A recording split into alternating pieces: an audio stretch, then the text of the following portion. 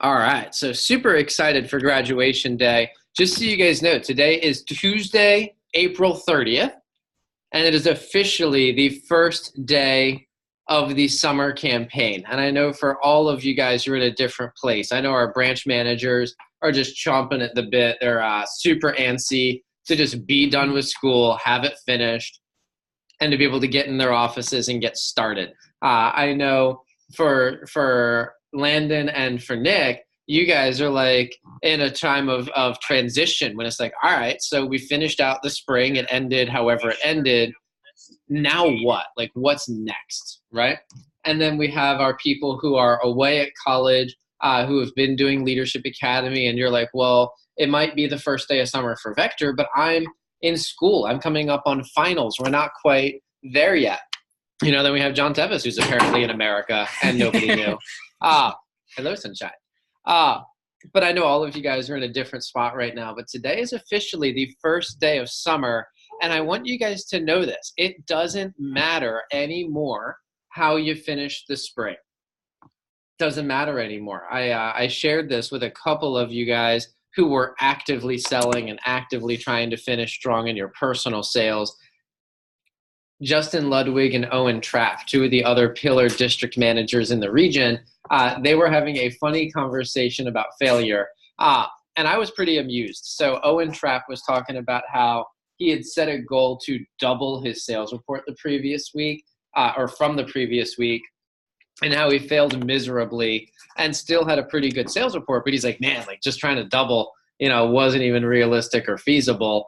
But I would argue that in the process of shooting for a 10x goal, that's how you hit the good goal. He actually did do really well and was the number one manager in new business in the region. And then Justin Ludwig he interpreted Owen's first statement differently, but he was talking about, hey, it's okay to fail. Sometimes I've got failures that I'm more proud of than my victories because of what I learned and who I became.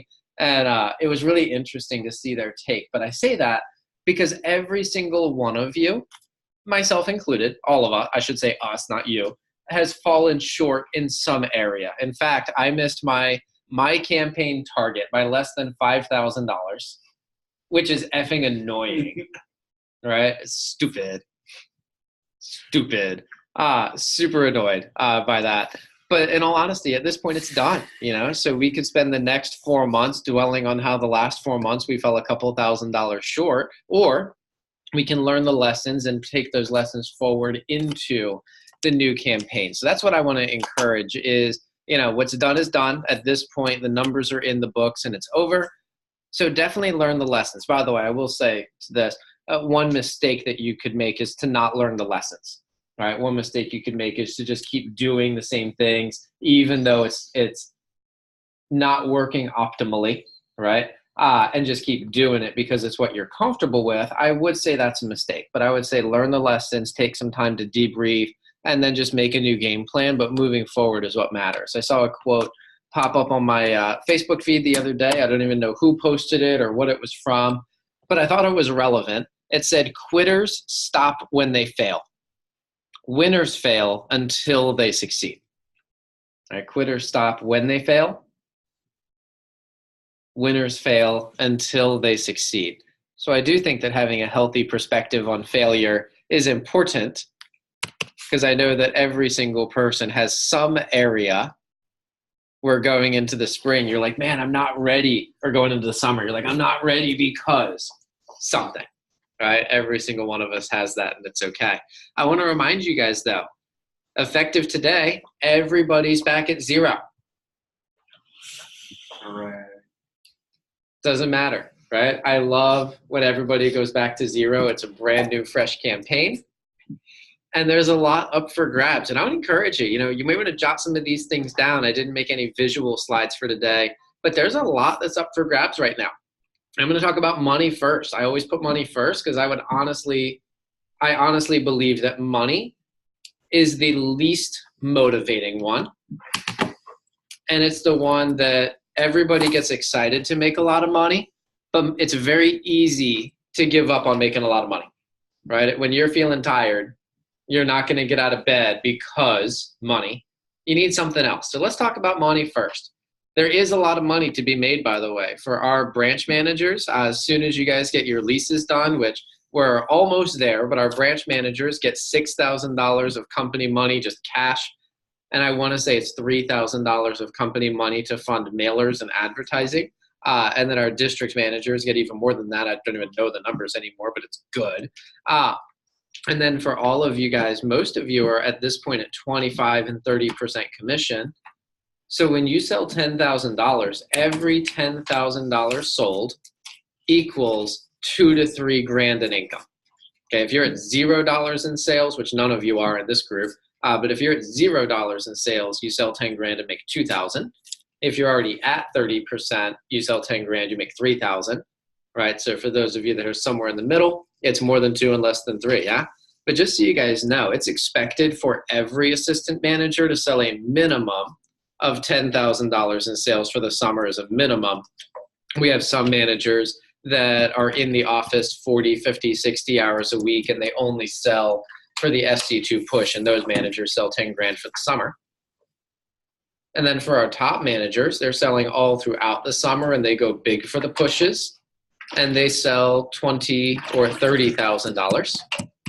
And the top 2 assistant managers I've had in my office were both over. Were you over 60 grand? When? As a manager last summer. Last summer? Yes. Yeah. So my top 2 assistant managers have been over 60 grand in personal sales for the summer. And obviously those managers have very few office hours, and they're primarily focused on selling and field training. So the roles vary. But every 10 grand is $3,000 in income for you. So the money definitely gets really good, especially if you think about putting together 20, 30 plus $1,000 in sales. That alone is healthy, right? And then the income off of the office, right? You guys know this. Don't be a manager for the money. If the money is your deal, just sell some Cutco, right? Get to 50% commission and make a lot. But off the office, I'm projecting that our office will, actually, I'll tell you this, our better do goal, I do the same thing I tell you guys to do. Our better do goal, like the one where if we didn't do this, I would punch a hole in the wall, or I would just buy $100,000 worth of Cutco, because we're not going to sell less than this. It's 150 grand. That is the worst summer I've ever had in my career. And so I always use that as my benchmark number. Like, we're definitely not falling below that. It's already the worst ever. We're not going to set that record, right? We're not going to break that record. So 150. But if you think about it, if you're making 1% off of what the office sells, even that alone is $1,500, right? If you couple that on top of your personal sales, you're doing all right, you know? The should do number, my average summer is right around 350,000. And then our could do number, the one that I'm really going after, that we're really excited about. And I'll be honest, I genuinely believe that we can do this with a strong leadership team in personal sales and sales management, with an effective, authentic team builder and Facebook Jumpstart program, with the new PR programs we've been putting in place. We have a lot in our favor this year that we didn't have last year that should lead to some pretty hefty growth. But 550 is the number. It's like, man, we could do that. It won't be easy. It's going to be a fight for sure, but we could do 550. And then if you're thinking about the money, right? Most assistant managers make between 0.5% and 2%. And there's a lot of factors that go into that combination of how much they're selling personally, how many hours a week they're working in the office, their overall performance and level of training. There's a lot of factors in that, but typically anywhere from 0.5% to 2% is what most assistant managers make. So there's kind of a range in income. But again, if you're thinking about money, there you go. By the way, for our branches, I'm not even talking about branches because branch pay is stupid, right? Branches get $6,000 in company startup. They make an average of 22% of what their office sells. The average office sells 50 grand. But you guys already know our mission for our branches this year is that we do 100 grand as an average. And we're looking for one to go over 200 grand, which will be a fight, but very doable. And then so you make that off your office sales. And then for the second half of summer, you continue to get paid off of what your office sells. And you make 50% of what you sell. It's just stupid. Yeah, it's not even based on bonus. There's no quota. It's not even 30 and then 20 at the end of the month. It's Just straight 50. Yeah, you sell $1,000, you get a $500 in your paycheck. Done. Stupid. And I'll tell you, even if a branch sold 0, that's very hard to do. In fact, I don't think I've ever seen it done. But even if a branch effed up everything and ran an awful office, if they sold 10 grand for the summer personally, they would still make a profit. Wow. Yeah. So if a branch sold 0 in their office, they had their office expenses like rent and everything else, they sold 10 grand, they'd be profitable. So it's very easy for branches to turn a profit. And most of your revenue, the majority, unless you have an extremely high performing team, you'll make more money off of your personal sales than you will off of your office. But the two do work together. Does that make sense? Right? So you be a branch to get the experience, and then you just sell a lot of Cutco to make a lot of money, and you get all that on your resume.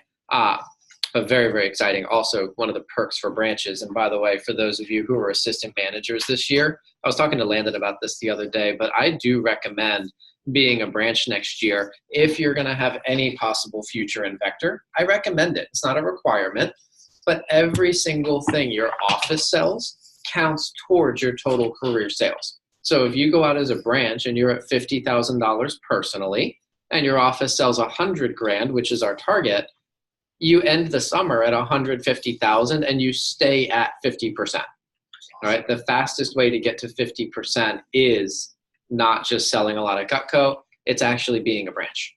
Does that make sense? And Landon and I were talking about that because he's thinking maybe he wants to go the CSP route long term. And I was like, dude, you should be a branch. And he's like, why? And I was like, well, let's talk about how this 50% thing works. And he goes, oh, that makes sense.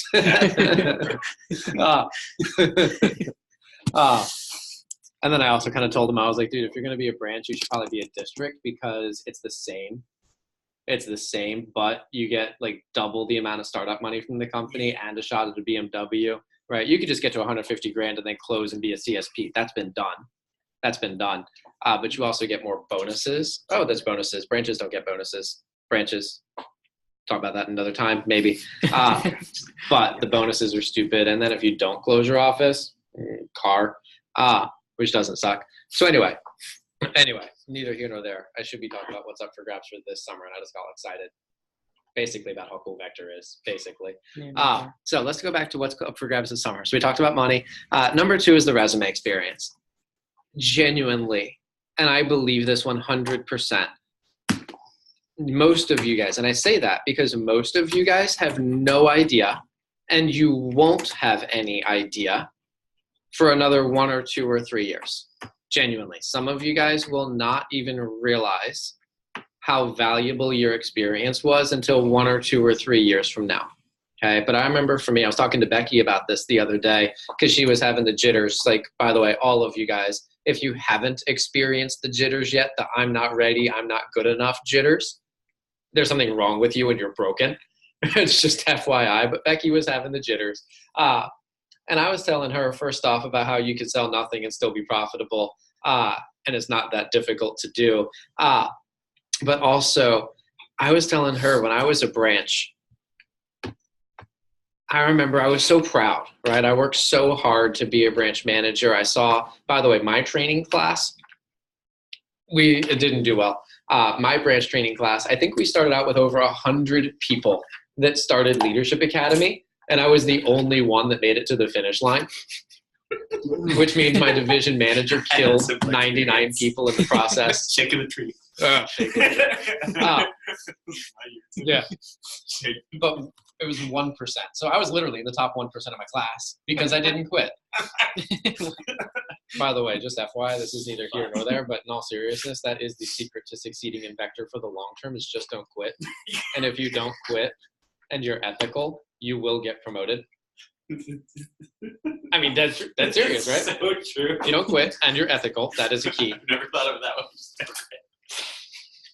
Rich Plaskin told me that. He celebrated his 20-year anniversary, and he says, I'm like a cockroach, man. He goes, I've been asked to leave the business 3 times. Wow. He goes, I've never left the business, and so they keep promoting me. I'm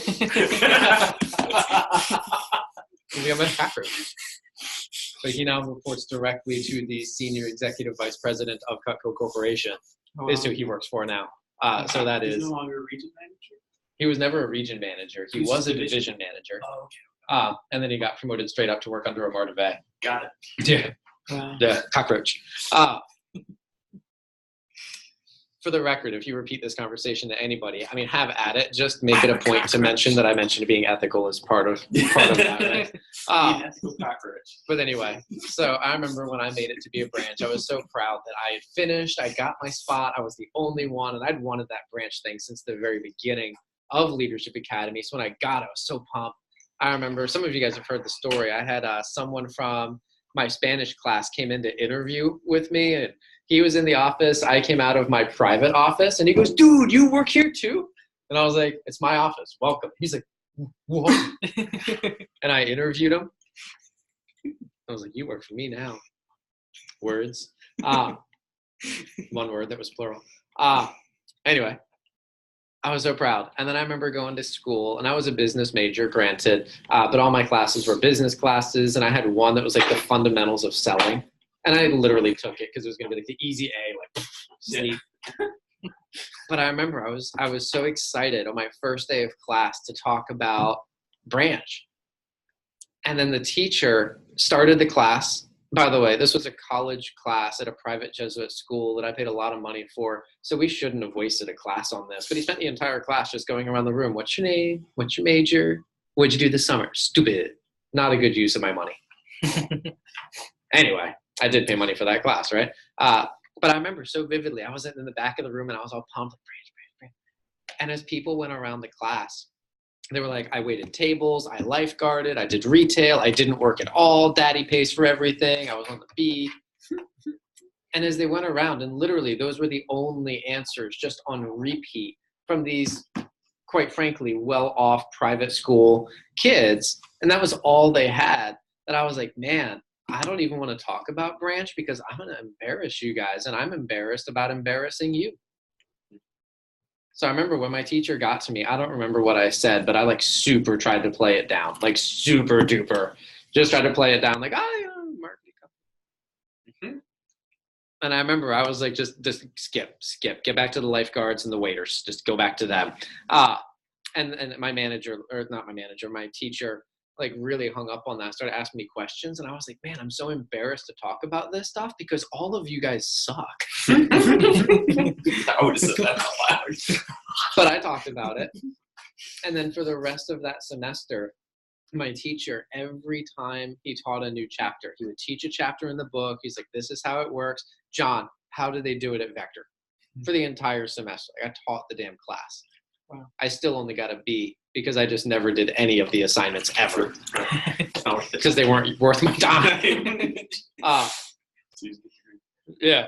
But anyway, that's real. That's real life.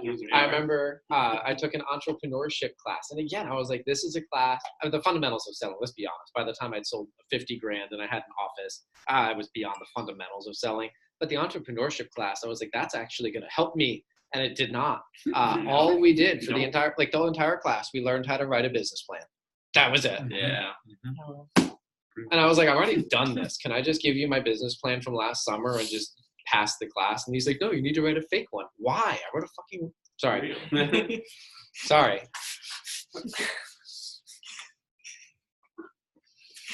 Sorry. That's all right. That's how I got out of my internship requirement. Yeah, bro.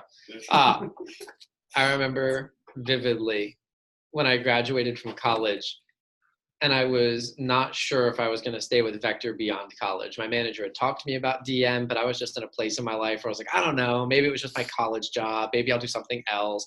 So I was doing Leadership Academy and DM training, but I wasn't committed yet.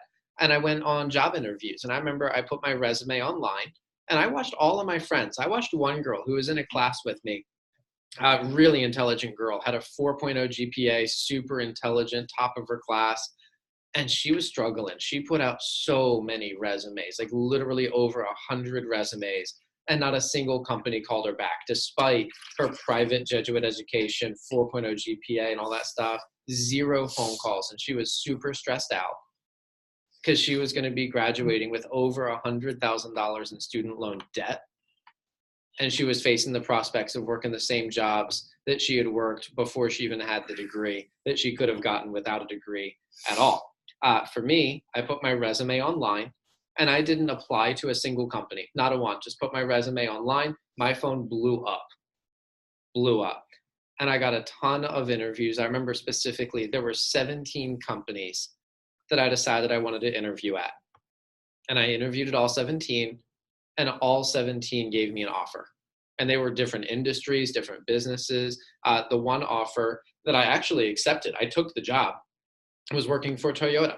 And at that point in my life, I was like, cool, I'm good with sales. If you can sell one thing, you can sell anything. And at that time, I was like, you know what? Even when I was like 19, I was like, Toyota's not my dream car, but I've driven several. And as an entry-level car, I believed in that more than any other. At the time, actually, BMW was my dream car. But I was like, I believe in Toyota for an entry-level car. And I told that to the manager, and he's like, I'm on board with that. And I remember I was offered the job. I actually started training. I wasn't committed. I hadn't made a decision yet. So I was doing Leadership Academy and Toyota training. And I did it for about a week. Unpaid training, by the way. Full-time. It was like 8 hours a day, unpaid. And I remember vividly, at one point, the manager pulled me aside. And he's like, hey, dude, I just want to ask you. He goes, didn't Vector have anything that you could do beyond college? And at that time, I was like, well, yeah, I mean, they did, but I'm not sure, it might just be my college job. And he goes, tell me about what they had for you. So I started describing districts, and I mentioned the $16,000 sign-on bonus and that I could take over my own territory and run my own business. And he told me, like, dead on. He said, dude, if you want to work here, you'll be great. He goes, I have a feeling you'll be great no matter where you go or what you do. But Vector's been so good to you. He goes, you should really consider staying with Vector. And I remember that was a turning moment for me personally. Number one, when someone outside of Vector, outside my family, he actually hurt himself because he lost me as an employee, right? But when he saw how valuable Vector was for me, that was what made the decision, like, cool, I appreciate that. And I came back to Vector and actually wrote him a thank you card. But even if that's not your path, like, I'm not trying to sell you guys on being a DM and being here forever. That's not where I'm going. But I didn't realize how valuable this had been until that conversation. That's what the summer has in store for you, which I'm really, really excited about. What else? That might be enough, by the way. I wrote a whole list of stuff that's up for grabs. Maybe that's enough. I'll do the rest of it kind of quickly because I just spent a lot of time on that. There are future opportunities. And again, right, I know some of you guys, I've had a couple conversations with some of you guys who are like, dude, I'm all in for the summer, and I'm definitely not in beyond the summer, like, for sure. That's okay. I don't need you to be 100% committed beyond anything beyond the summer.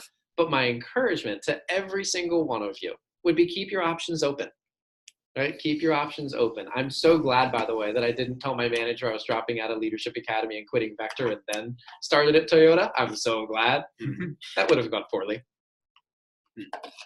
I'd be talking to people interviewing at Toyota. Do you want a job at Vector? Like, you should go talk. Right? But in all seriousness, keep your options open. In all honesty, there are going to be some of you guys that the summer is the end of your Vector career, and then you pursue something totally different. That was Bryce Zemer, ran a kick-ass branch. Right, ran a kick-ass branch, and then started pursuing his degree, which is aerospace engineering. And last I heard, he's got something lined up with NASA for the summer. Right, I support that 100%. There will be some of you guys that you don't expect to be here next summer, and you will be. Right, and you might be in a very different position. I'm pretty sure, John, that's been your experience at least one of these summers. Right, where you thought it was going to be your last summer, and then we just keep signing up. Almost thought this summer too. Yeah, just got here. Yeah, but you never know. You never know, right? But there are future opportunities, regardless of what position you're in this summer. Even I was talking to someone at summer kickoff a couple of weeks ago, Patrick Woodring, And he ran his first branch as a freshman in college. He's running his second branch as a sophomore in college. And he was like, I'm going to be like a 4-time branch manager. And I'll tell you, my conversation with him was just encouragement, like, dude, that's awesome. But in my mind, I'm like, you probably won't be. Right? Even with you're with Vector all summer, you'll probably end up being a CSP or a DOM or a pilot manager or a sales manager. Right? I was like, I'm sure that you're not just going to repeat the same experience 4 times. They're probably going to find or create another position for you to make sure that he keeps growing and keeps getting new experiences and new opportunities. But the 3 main ones, the 3 main paths, right, are for this will be for some of you guys your second summer, some of you guys your first summer. But the main path would be to be a branch manager or a district manager or a CSP. But there are so many different roles that exist. And even in my office, I've created jobs that didn't exist for people. So yeah, if you get through one summer successfully, you will 100% have a more exciting opportunity present itself to you for next summer if you choose to stay in Vector. So I would just say keep your options open. I would say a big one is the competition and the pride and the achievement. I know some of you guys are ultra competitive, and we haven't had a big competition in a long time, really, for many of you, not since the Bahamas push, when it was like, man, I'm going to put everything on the line or Jamaica push, excuse me, and go after some, but we got a big one. When we have the SEC push, I need to confirm the dates, and it's on my agenda to get you all of the dates. But I need to confirm the dates, but I want to say it starts on May 22nd, I believe. And I believe it goes until June 17th, I believe. I will confirm those dates. But we go up against the Pennsylvania division as the DC Metro team versus the Powerhouse team. And it's like the clash of the Titans. It's amazing. Right? We have every office going up against every other office. And usually it's just like when you're playing football. You get like 12 dudes plus 3. And you get some dudes. On rugby, it's 15. So 15 is like the only correct number, but 11, I get it. Sorry.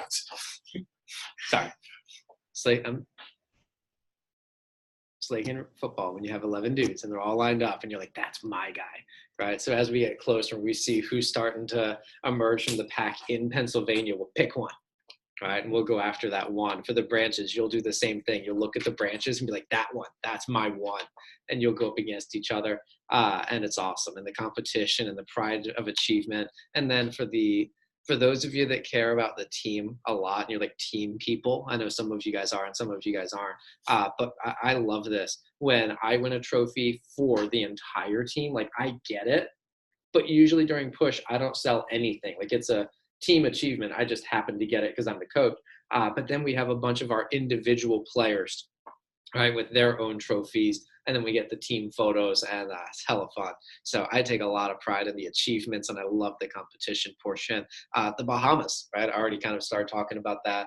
But Bahamas trip, there's so many ways to win off of personal sales, team sales, recruiting, so many ways. And then for President's Club, I know many of you guys, that's a big deal for you. And some of you guys got it this semester, some of you didn't. But President's Club should be a shoe-in for every single person watching this recording, because it's only $10,000 for the whole summer. So just by virtue of being alive and doing your job, you guys should all get President's Club, which is pretty exciting. So I'm super pumped for what we're putting together here. I do want to talk about what's next, and I'm going to encourage all of you guys to write this down. Again, in hindsight, I should have made some visual slides, but here we are. Here we find ourselves. So what's next? Number 1, I'm going to reach out to each of you next week to schedule a one-on-one call. And in that one-on-one call, we're going to map out, for those of you who are away at college, we're going to map out a return to work date. I actually got a call with Beth Owen earlier today, and she was telling me I get home on May 11th, or I start driving home from Mississippi on May 11th. She goes, I don't know exactly when I'll be home because driving from Mississippi. Right? And I was like, great, just let me know when you have a good idea. And I said, we'll schedule a return to work date based on your official back in town date. I think about someone like Kayla Durham, right? Same deal. We'll figure out when you get home. And then based on when you get home, we'll figure out when you come back to work. I know for the locals, right, the people specifically like Landon and Nick, for you guys, it's going to be more of a, let's talk about your transition plan, right, for your transition plan, moving into the summertime. And also for all of you guys who are on the assistant manager track, we're going to start coordinating exactly what does your schedule, your role, your duties look like, tailor fitted to you, which I'm really excited about. Number 2 is Facebook messaging start date. For Nick and for Landon, you guys in particular, Facebook messaging starts this week. By the way, for all of you guys, make sure you're staying on top of posting content. Kayla's been generous enough to send out group messages with stuff that you can literally just take and post on your Facebook. Better is to go through your top people and just share what they're sharing, right? Make sure you're getting content put up. Make sure you're doing your happy birthdays daily. All of you guys should be doing that. And then the 50 messages a day for Landon and Nick starts this week. And for everybody else on the assistant manager track, that starts when you get home from school. And then for our branches and districts, I know Kayla's already started, and Kate should have given you a start date in your cap. So that's that. And then the last thing, and I want you guys to all have this down, is for our office, the next 3 weeks are like the transition period. We're going to have some ups and downs. We talked about 2 weeks ago how May is generally the month of discouragement, right? Generally speaking, we expect some false starts. We expect some things to go really, really good and some things to go the opposite of good. Kind of like when you watch a little kid play baseball for their second season and they start to have like a couple of moments where it's like, they're going to be amazing. They're going to get a scholarship. And then you watch like the next play and it's like, what the hell, the ball? Stop sitting down in the grass. I mean, that's how it is to watch kids play sports in their second season, right? And it's kind of like that in the first couple of weeks of May when you get some stuff where it's like, this is amazing. And then we get some stuff like, dude, but dude is like The Office. And we had a little bit of that yesterday. So yesterday we had 10 people in the office for an in-office interview, and we had a phone interview. It was really fired up and exciting. We had a couple people that were really, really sharp, like really, really sharp. And then today we had another big interview, and I sent half of my interview home. You know, it's normal. It's what we expect. But anyway, so the next couple of weeks are transition. For those of you that are away at school, you're blessed up because you get to like miss all of that and just come in when things are awesome. And they get awesome. They get awesome the week of May 20th. They get awesome the week of May 20th. So this is the last thing I want you to put in your notes in terms of what's next. Is May 20th is opening day. May 20th is when we switch over to the full summer schedule. That's when it gets explosive. I'm projecting to launch between 30 to 35 new sales reps that weekend. And we're going to make a run for a $50,000 week that week. Okay, the week of May 20th. $50,000 week. Just FYI, if you want to start thinking about your day to like hit it, that's the week. But also for all of our branch managers, district managers, and sales manager, we're going to start a team coaching call in the morning. I haven't decided yet. I may or may not open that up to other people, but definitely branches, districts, and sales manager.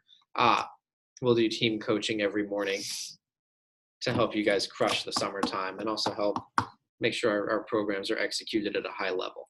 So let me do this. I do have one workshop, and actually I'm going to pause the recording